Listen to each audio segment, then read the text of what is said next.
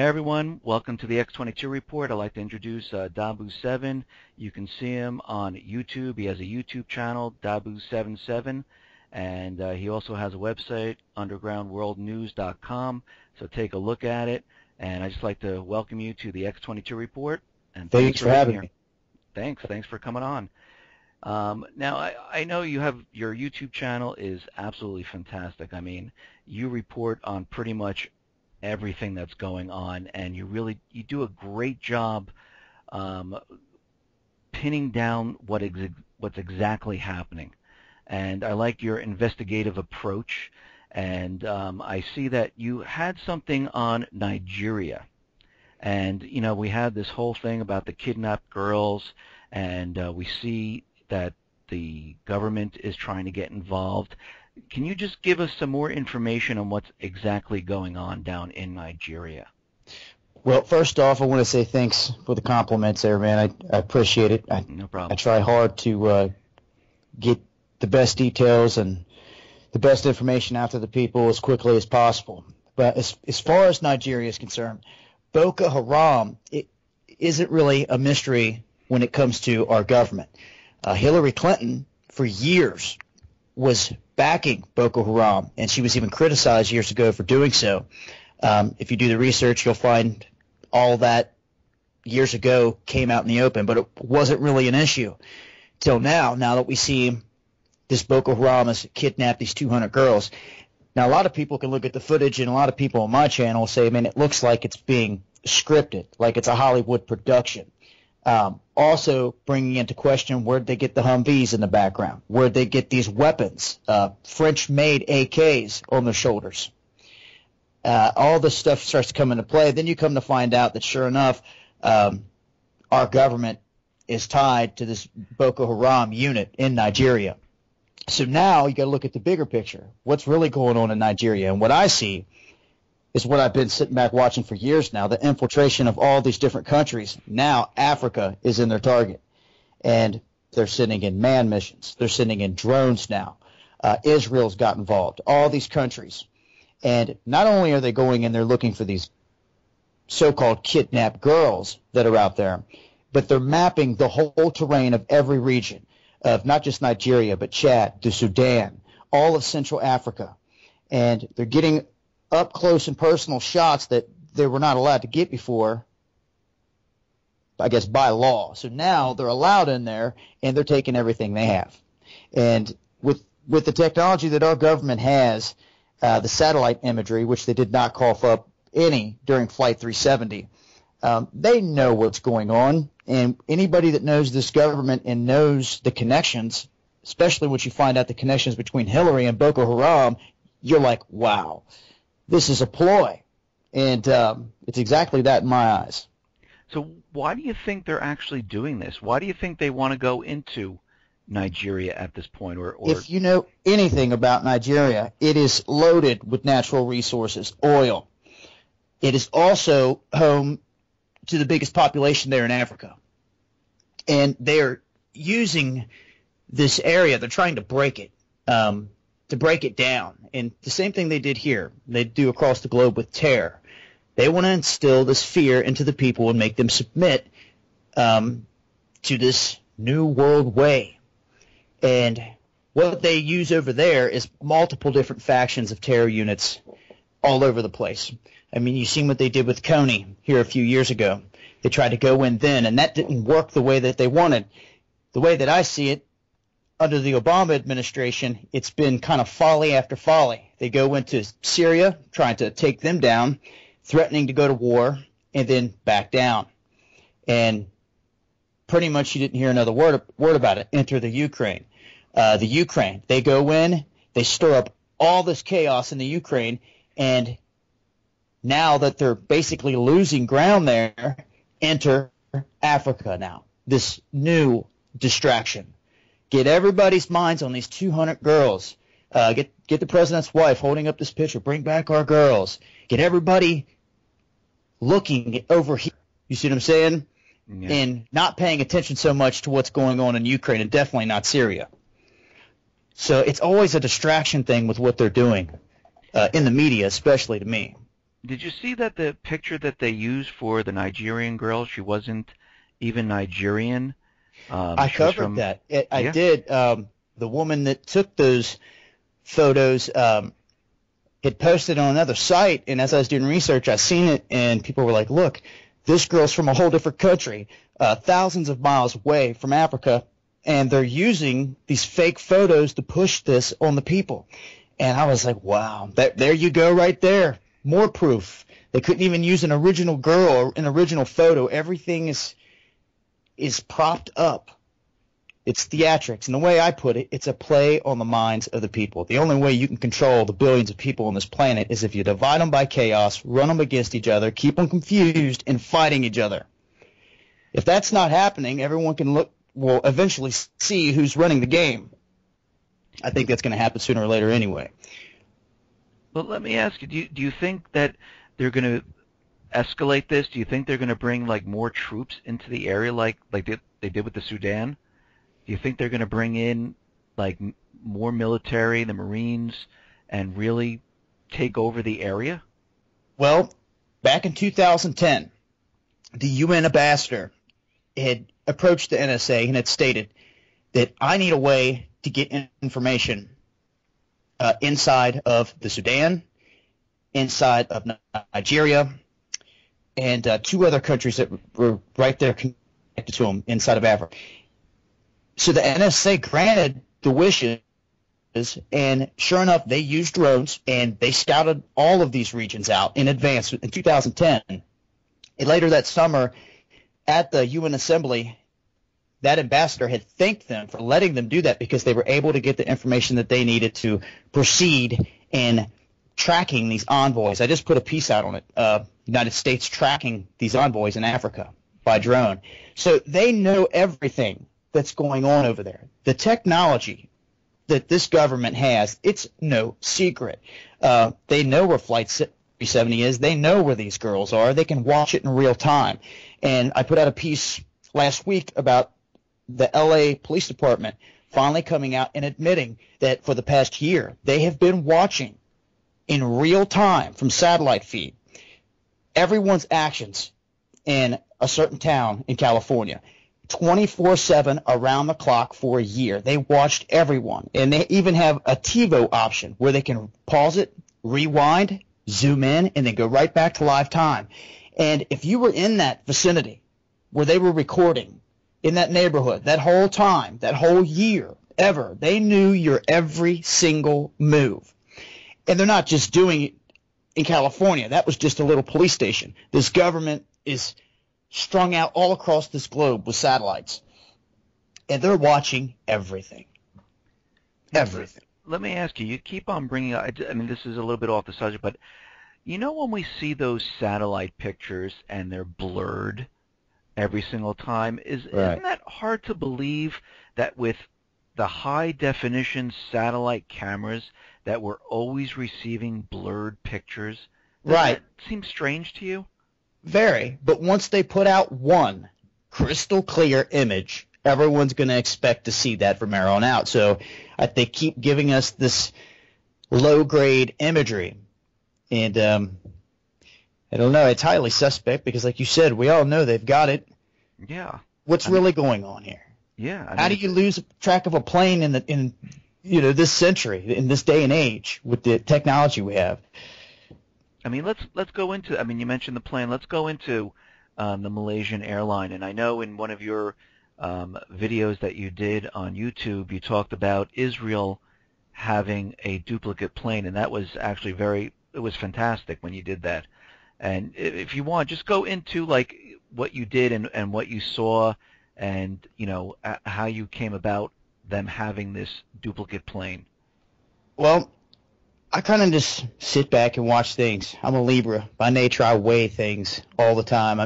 I use like a common sense factor. Like I look at things like what's really going on here.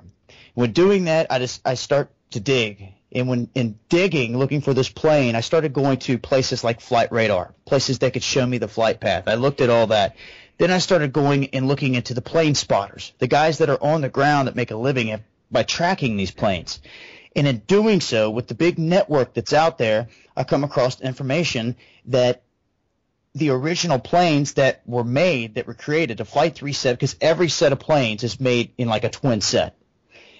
The twin to that, with a different serial number, obviously every plane has a different serial.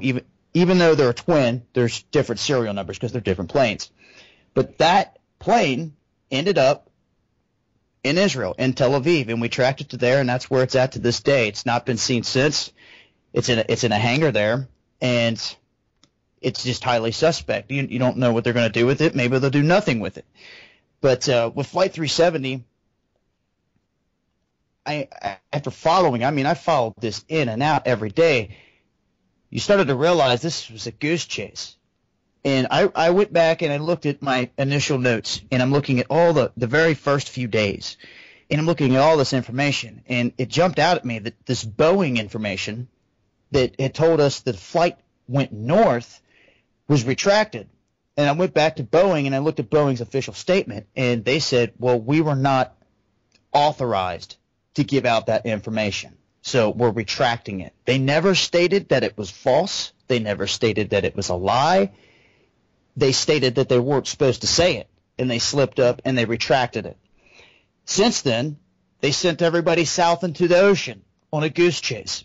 And what they've also done is they have pulled China's army, their navy, and stretched it thin all the way from China down through the South China Sea into the Indian Ocean, and they've challenged them to conduct this while everyone's watching.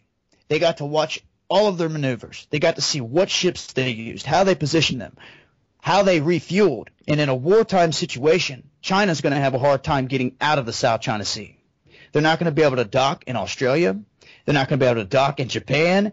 They're already going to war, small little wars over the disputed islands in the region with the Philippines, Japan, now Vietnam.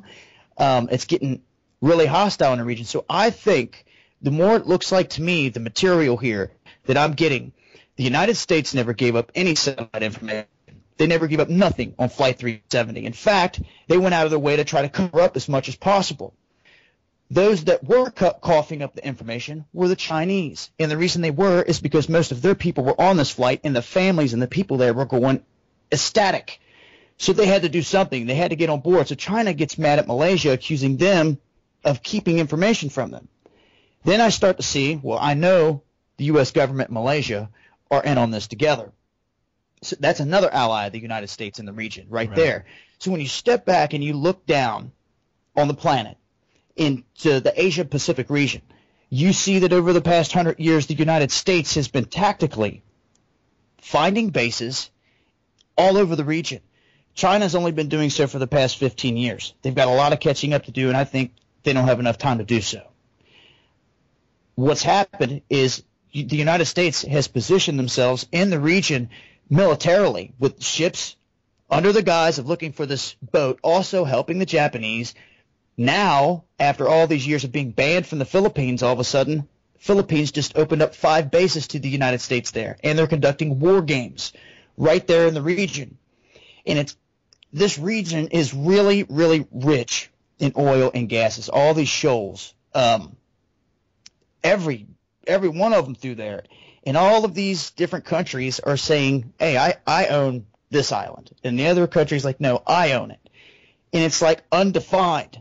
And it boggles my mind how we could make it to this far in time and them not have defined borders out there. But that's the case. And the United States is taking advantage of this and saying, nope, this is the Philippines island. Nope, this is the Vietnam's island. Nope, this is South Korea's island. And they're defending them. And at this point, the only ally in the region that China has is North Korea and Russia. And the United States is surrounding them. Plus, China continued to cough up its high-grade satellite imagery for Flight 370. So they were giving up their hand. Everyone was able to see what kind of technology they had, their data. And the United States could look at that. It's like, all right, we know what they're working with now. While they continue to not give up anything.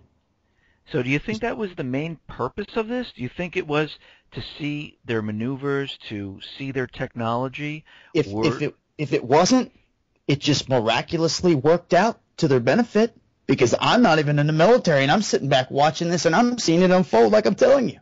They have to be in on it. You have to look at the outcome and who benefits from this.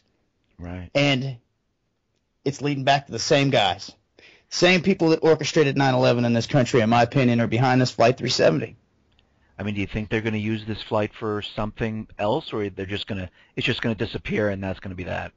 You know, it could go both ways. As long as it just is never found, they can keep spreading the search area around and this and that, and you'll never have any answers. They can just leave it at that. And if they want to keep moving around the search area, they can keep pulling on other countries out of their harbors and their bays and out into the ocean and watching them. They can continue to do this. Plus, who knows, it could be a timing thing. They could say, all right, now we have information that it went down over here in the Indian Ocean off the coast of wherever, and they could send Chinese ships way out of the way. They could be pulling them out of the region on purpose, strategically. But at the same time, if this plane was to ever show back up, I think you and I both know it's game over. The only way that you're ever going to hear about this plane being found is if it's, in my opinion, coming up on the coast of a country. I did a piece on my backup channel, and a lot of people were coming at me talking about the dollar bill, folding it up, and Twin Towers, and a wall of water, and all this. And I'm just like, look, a tsunami hits the United States, in my opinion. If it's not by an earthquake, the only other way it can be is from a bomb going off in the ocean. And if this plane was to go down in the ocean or off the coast, it would devastate either coast. Because, in my opinion, if you're going to let a plane slip in to our country, I mean, I guess you look at 9/11, you can't put anything past these guys. They sent our planes on 9/11 out into the ocean. Yeah, I mean, there were. I mean, it's like, I know who's behind this, and it's like, if they really want to, that plane's going to land wherever they want it to land. It's going to hit wherever they want it to hit, because they're the ones controlling the military. They're the ones sending them out to sea in the wrong direction. They're the ones orchestrating the whole thing. And I just don't know where that target would be. I don't know if it would be Israel. I don't know if it would be the United States. I don't know at this point. Well, let's. I mean, one more question with in regards to MH370. Do you think it? I mean, there's a lot of reports out there. They think it landed in Diego Garcia and then it was moved from there, because there was someone on the ground that saw the plane fly above, and then they put up that alert around Diego Garcia. And do you think it actually landed there? There's a good chance, a really good chance.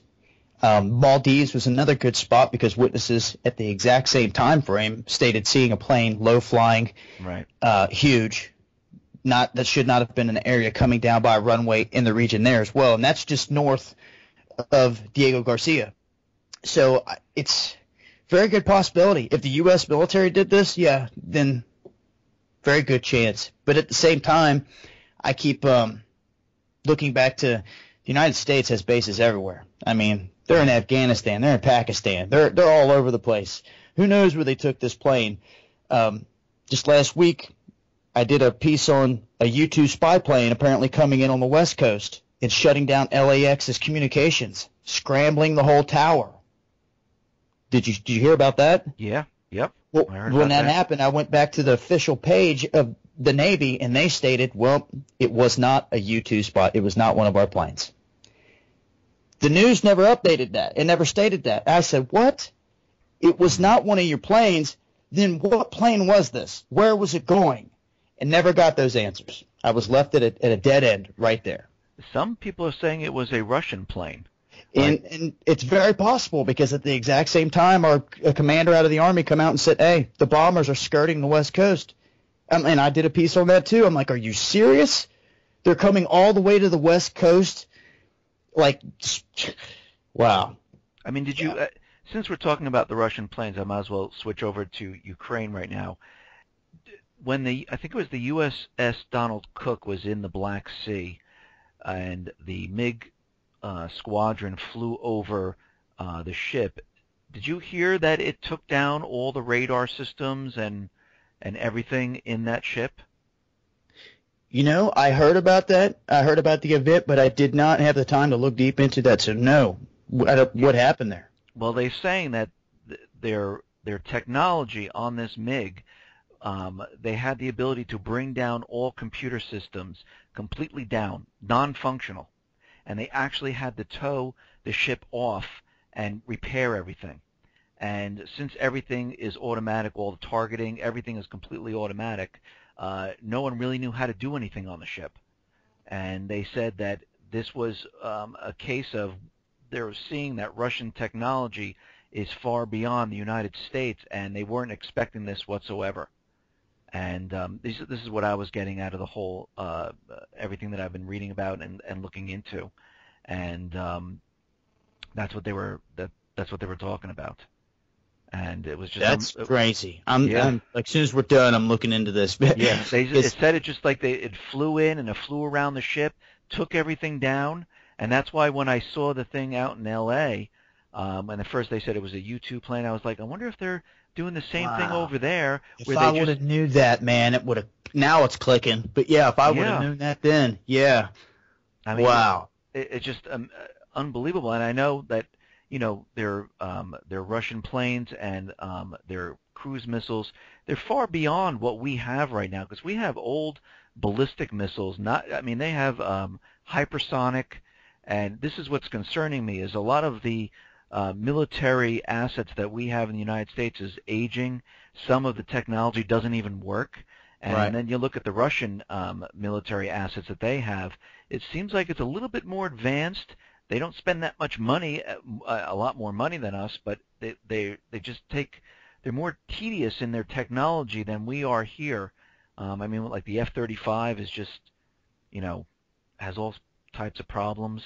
And when the story came out, I was like, holy moly, that's just unbelievable to me. And, I'm just a little worried because I see the United States continually provoking Russia, continually provoking all these different areas around the world, because we're in every single area. Anywhere there's a fight, the United States is there. Right. Our troops are stretched thin across the globe, and there's none here to defend us. Right. They're all over the place. It's just unbelievable. And every place there's a flashpoint, it seems like we're there. We're in the Middle East. We're in Africa, Thailand. We're in Ukraine. We're out in Japan, in that whole area, in the Pacific, and of course it's the pivot to Asia, and they're encircling China. But it's just amazing to me how we are in every single place, and everything that I look at, it looks like we're actually trying to start something. Not us personally, but the United States is trying to maneuver, like in Ukraine. Right. They went in, and I don't know if you're seeing the same thing with the coup, they tried to capture Ukraine, overthrow it, take over the country. It's exactly what they did. They used the paid provocateurs Maidan, which are Nazi Jesuit-backed soldiers, young guys in the streets, young guys, 15, 16, on up into their mid-20s, that are young, ready to fight, wearing the swastika on their helmet proudly. And we caught those same group, and it's well known now. The United States mainstream media won't tell you this, but you can go out there and you can see this everywhere. It's known that Maidan in the beginning were assassinating both the police and the protesters. And how we busted them is there was only certain vantage points in the city when this took place, and it was all being filmed, in which these shots could have came from. And it was a couple towers. Well, it just so happened that the camera crew was sitting in the same tower as the guy shooting from every angle. And Maidan had took the footage and put it on their website. So we had known at that point that Maidan was busted. They were behind this. So then we went to looking to who was Maidan. Maidan was this Jesuit-backed, Western-backed young group that came in and just completely went crazy on Kiev, flipping everything, running into buildings, lighting them on fire. Just in the blink of an eye, and ran all these people out of there, all the government officials. They ran for their lives, and from there,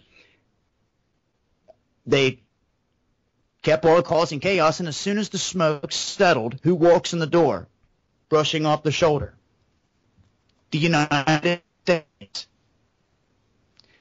Where's the gold? They get the gold. They take it out of there. It's gone. What do they do now? Bring in more private armies. Half the Ukraine army quit and went to Russia. So half that army is a puppet army. Half the people in eastern Ukraine are Russian. And what kills me is the mainstream media will continue to jam it down everyone's throat that these people are separatists that are dying over here. They are not separatists. They are citizens that are using sticks, rocks, bricks, Molotov cocktails, whatever they can get their hands on to save their lives, to fight for their freedom. And they're getting mowed down and murdered by U.S. mercenaries and so on and so forth. So you think Blackwater's in Ukraine? Definitely. Yeah. I've got a video on my backup channel of them showing up, unloading, showing up with Kalashnikovs. Everyone yelling, there's Blackwater, there's mercenaries. They're just running through the streets trying to get away from everybody. Yeah. I mean, and what do you think their purpose was for capturing Ukraine and overthrowing the government? What's your viewpoint on this? To me, the more I'm learning, it's just an order out of chaos. This is nothing more than to kill people, to control people, to distract people. If you look at the numbers per year, if you take the deaths from war globally every year, it is less than the amount of deaths that you will get from each state across the globe when it comes to genocide, killing within its own borders. There's more murders taking place within the borders of each country than every war on the planet combined per year. Those are the real numbers. And when you start to see that, you see that this is a play. You go back in your history, you see who controls this whole thing, from the Queen to the Crown to the Vatican, the whole nine. The Jesuit command, you start to see how they've orchestrated all these wars, how they've controlled both sides. And when you start to see this, you're like, what? This is a game that we're living in because a very small few people have got control over billions on this planet. And they're just squeezing everybody. They care not about them people in Africa. How long have they been sitting there starving and dying? They don't care. The Pope just came out and said we need to redistribute the wealth across the whole globe. That's a joke. He holds all the money and power. And it's sick because I have Catholics come to my page thinking that the Pope's a holy man, screaming at me because they're just waking up and can't believe that this is all true. Then they come back and thank me later. But usually it's a violent awakening for most people because they don't want to believe it. But it's the sad truth. It's exactly what's happening. No, I completely agree with you. And I don't think there's going to be any wealth distribution. I don't think that any of these people are going to stop what they're doing. I mean, especially in Ukraine, I think they're just going to plow forward. I mean, it's just funny how the people of Ukraine were once the citizens of Ukraine.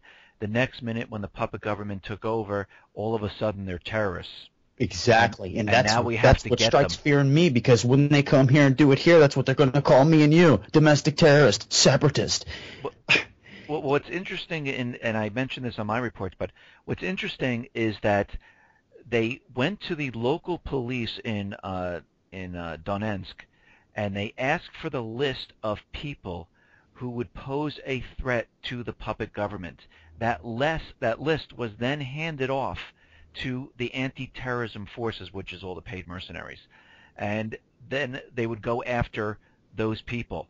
And I can see the same thing happening here in the United States with DHS infiltrating all the local law enforcement, asking local communities who are the people that would be a threat to our power. Please give us that list. We'll compare it to the list that we have, and then we will go after those people. And I can see the same exact scenario happening here in the U.S. because right now I think DHS is right now dormant, and when they're called and activated, we will see a whole different side of what they're all about. But I mean, if we look at Ukraine, we see Ukraine, many little mini false flags going on inside the country with the burning of the city council building, and then you find out that these people didn't die from smoke inhalation or burns. They actually died from gunshots to the point blank to their heads. Right. And these were just innocent people inside the buildings. I mean, these Right. weren't soldiers. Right. That's the point. All these people out there are innocent people. None of them are soldiers. If you look at the photos, none of them have guns slung over their shoulders. None of them have RPGs. None of them have tanks. None of that. They're just everyday people fighting for their lives. I mean, where do you think? Let me ask you, where do you think this is going to end up with Ukraine? How far do you think they're going to push? I mean, right now, the puppet government in Kiev doesn't recognize the referendum. The United States doesn't recognize the referendum that they had. And where do you think? I think that what is eventually going to happen is a lot of these stages are going to start to pop off at the same time, to where it's almost so much that you cannot keep up with it, and it's all getting so hectic. At the same time, I think that's when you could say it's the beginning of World War III. I mean, it's already World War. We're, like you said, across the whole globe. But when do you say that it's World War III? When somebody drops an atom bomb on somebody? I mean, what if that never happens? What if they just continue to just keep slaughtering the innocent people across this globe? I consider that a world war myself, a war on the people. Right. But when it comes to Ukraine, you got to look at the Ukraine as being that's the heart of natural resources there. If the EU wants to stay warm this winter, they have to figure this crisis out this summer. Something has to give, and Russia just came out and told the Ukraine, you have till June 2nd to give us a payment. You just got $17 billion out of that IMF loan. You owe us 3.5. Make a payment or we're cutting you off. And Ukraine turns around and tells the EU, we can't guarantee you anything because we don't store anything in the summertime underground. And they're like, what? And it's getting to be like almost comical in what's going on here, because the United States and the West have gone in, ran this government out, and it's almost like they don't know what to do now. Now they're just sending in mercenaries to just kill people. They don't really have a plan. I don't know how you're going to defeat these people unless you just kill them all. And if that's the case, you're going to continue to see carnage. And Russia don't even have troops in there. I mean, if Russia was to really flex their muscle and say, to hell with it, we're defending these people, and just storms the border, then what are they going to do? I see Russia advancing clear past Kiev all the way to the west is what I see. And the reason I see this is because those pipelines run right through the Ukraine. And in order for them to protect their own assets, they have to make that move. They did so in their Crimea. They have not said another word about Crimea. They're in there like a linchpin. They're never leaving Crimea. That's Russia. Yeah, that's Russia. They're never leaving there.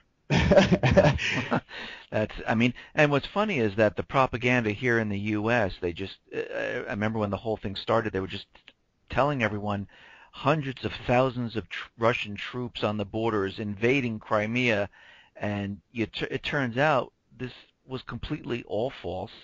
They continue with the propaganda. They haven't stopped, and during this time, NATO and the United States are maneuvering and bringing in military assets and building up the forces around Russia at this time. And if we look at this globally, we see them doing it there.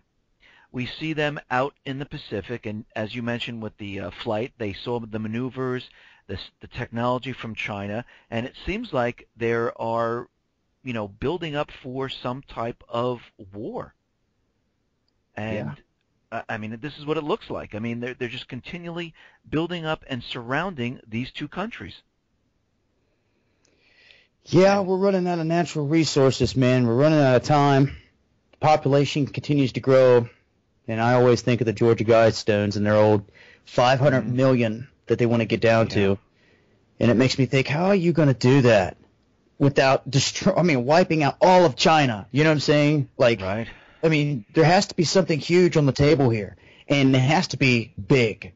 Either you're talking some kind of bio-warfare over there, which I think would get out of hand. That's very hard to dropping bombs on them. I don't know how else you're going to pull it off. Yeah. How are you going to take out China? I mean, from your research, Do you feel that they are planning some type of event? Because I'll just back up for a sec.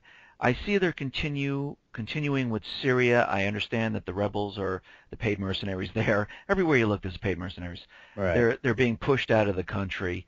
Assad is winning, but they're using the chemical attacks again. They're bringing this propaganda back, and they've been sending anti-tank Missiles. anti-aircraft missiles to the paid mercenaries. Wow. Now Qatar has been training paid mercenaries there and sending in 100 paid mercenary troops into Syria every month. They have the secret bases in Jordan where they've been training thousands of people. Now, do you feel with everything going on that there's going to be, from what you've seen, any type of false flag event happening here in the U.S.? I mean, we saw 9/11, we saw the Boston bombing.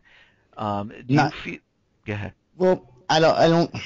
I think their try for the Boston bombing and Sandy Hook failed miserably as well. To try to come after our guns and this and that, they seem that they failed miserably. When it came to 9/11, it gave them a chance to launch globally. It actually had the people on board to say, "Let's get them," because they were blinded. They didn't know what happened. But now that when you look back and you know that it was all, staged event. At this point, it would have to be pretty darn big, pretty big, and they would have to have really solid evidence pointing the finger at who it was if we got attacked. I don't know. I mean, if you're going to attack the United States, you got to hit them hard. Like any country, why bother attacking the country if you're just going to shoot an arrow, Right. just to tick them off? If you're really going to do it, you're doing it to submit the people. And as far as I can tell, the American people, they are the most comfortable people on the planet, and without a doubt, because they have their TV, their cable, and their McDonald's, and their cell phones, and their Facebook, and they have everything, and the government's paying for all this stuff, and that's life. Why get out in the streets and protest anything? Right. You see? I mean, yeah. If you pull the plug, though, these people don't have a TV no more. Their phone's not working. Then what? Then they finally go into the streets. That's when I think they're going to send the dogs into here. But, the infrastructure of this country, you can look at it too, rotting away. Eventually, they don't have to drop an EMP. It's just going to fall apart.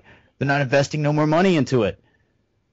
Yeah, well, the money's going across the ocean to all these other things. Right. All the other countries and everything. It's designed to crumble. It's like it's been made that way. When you see them not investing back into our infrastructure, it's like, what do you know? What are you planning for here? You're just watching it crumble. Well, it's funny when you talk about everything, and there's so many different things going on, and we're talking about the event that maybe could happen here in the United States. What was the purpose of that dry run on the power grid in California? I know I'm getting all a little off topic here, but I see that. Then I see these cyber attack drills, the Grid X drill, Janet Napolitano saying, not if, but when we have some type of power grid. President Obama mentioning a nuclear bomb going off in Manhattan. Right. I mean, this is very odd, and it's a very strange thing to say, all these people to say these things, and that dry run out in California is also very odd. It is, and it was like that was under the radar, swept under the rug. Like when I came across that, I was like, what? This really happened? I couldn't believe it. I mean, they rolled out, sniped out these targets, and it's like, and then just dipped. And like, you guys didn't make a big deal out of this? It was, you're right, it was like a dry run. It's like, what's going to be next? And then there was like this, I think a report came out that there was like 9 transformers that if you take those out, the grid completely goes down. Yes, you're right. They were talking about that. All it takes is 9. Just the right 9, and you've taken down the whole grid. And my jaw dropped when I heard that. I said, are you serious? And Russia's skirting the coast now, and like you said, they're just frying ships, frying air towers. Yeah. It definitely makes you wonder. One thing that I want to say to anybody listening is, if you're just coming into stuff like this, take it one step at a time. For somebody that has lived their whole life, so to speak, with blinders on, believing everything you were taught in school and everything that comes out of your TV, it can be rough waking up to the truth sometimes. I'm not here specifically to fearmonger no one. I want no one scared. I want people to gain knowledge and to thrive off that knowledge, gain the energy from that knowledge, and know that with that knowledge, you can be safer, you can survive longer, you can help others, and you can advance in this life and defeat this enemy. There's nothing to fear here in this knowledge. It's a crazy world we live in, without a doubt. And there's no need in being scared of anything, because I hear it all the time. People are like, you're trying to fearmonger somebody. I'm not here to fearmonger nobody. I'm sorry, but my job is to report the news, and I report the crazy stuff. It's what I do. It's what I thrive off of. I want to know it. I share it with everybody else. If you can't handle it, then you probably can't handle me. But if you're looking to wake up out there, that's what I'm here to do, and I know this is what X22 Report's here to do as well. Yeah, I mean, and we're going to keep on doing it. Yeah, I mean, you get a lot of people saying, fear-mongering, but it's really bringing them the news every day and putting a different perspective on it and making people understand what's really going on. Not what the corporate media is telling you, because they don't really tell you much, but we're telling you, and we're showing evidence, and we're trying to convince people to wake up slowly, a little bit at a time, right? And understand what's going on. So when you see something like the Boston bombing, you can look at it and say, well, wait a minute. This doesn't make sense here. Right. See it in a different light. Right. Right. And if enough people see this, you call them out on it and say, no, this does not make sense. And there's something wrong. I mean, look at what you're telling us, and look what we're seeing. Look at the evidence. Right. And there's a disconnect here. That's what I call the common sense factor. It becomes obvious. Right. What do you see next coming? Like, what do you think the government has planned? I mean, do you see anything coming up from anything that you researched or anything that you have seen?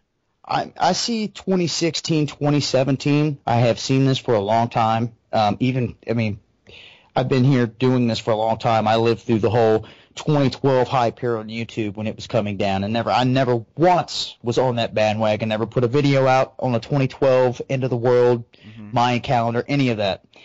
But that came and went, and as that started to die down, everyone was like, all right, well, that was like another Y2K. Nothing happened.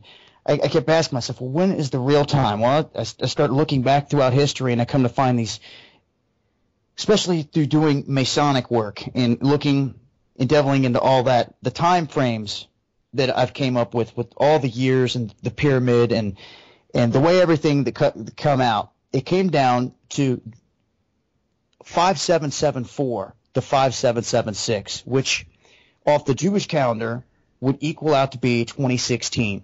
And this came out to be at the top of the military pyramid on their plans for global domination.